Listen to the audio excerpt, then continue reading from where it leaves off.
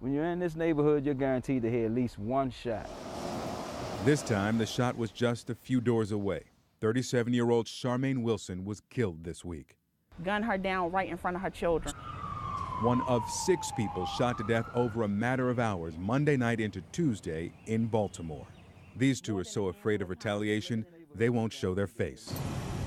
According to the Baltimore Sun, there have been more than 150 homicides in Baltimore so far this year. It's the highest rate in its history.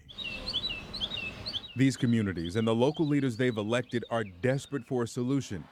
And President Donald Trump says he has it. I will restore law and order to our country. As a candidate, Donald Trump promised to make inner cities safer, highlighting Baltimore often. There's killings on an hourly basis, virtually, in places like Baltimore. Young Americans in Baltimore. We'll get rid of the crime. You'll be able to walk down the street without getting shot. We'll straighten it out. That promise to straighten it out and make our communities safe again was at the center of Trump's proposed New Deal for Black America, calling safety a civil right and crime reduction a necessity.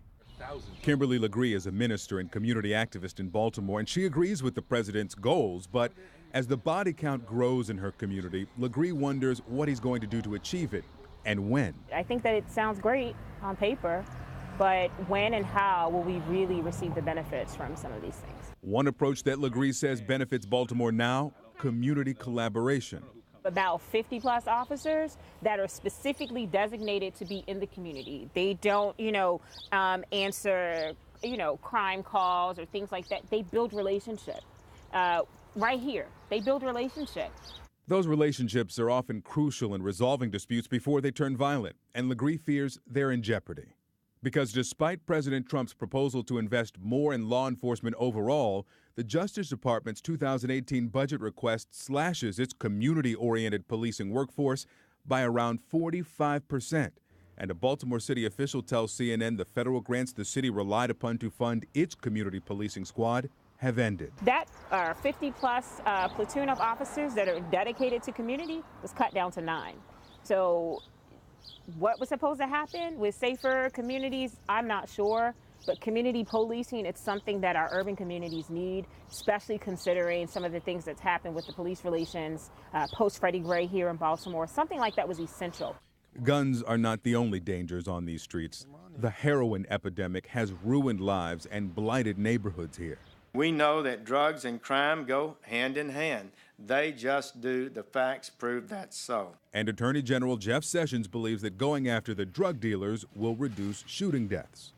Going forward, I have empowered our prosecutors to charge and pursue the most serious offense, as I believe the law requires, most serious, readily provable offense. Now the Trump administration has overturned Obama-era policies that reserved its most severe drug-related sentences for high-level and violent traffickers. You can't address crime by locking all people up.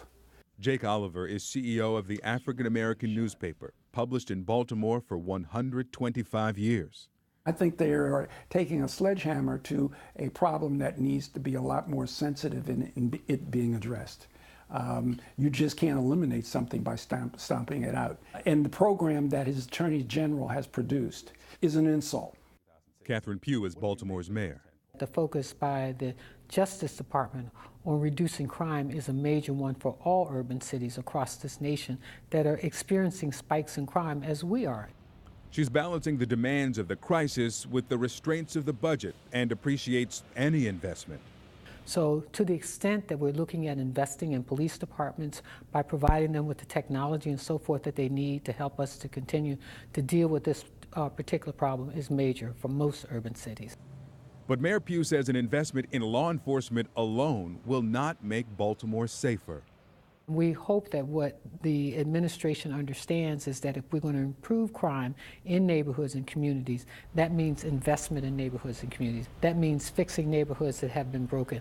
That means creating jobs so that we can reduce unemployment. Back on Gertrude Street, neighbors are comforting Charmaine's 8 children and recounting the story of one of Baltimore's latest shooting victims, at least until the next shots are fired. Every night, this is an ongoing thing. It never ceases. I'm just over this whole city.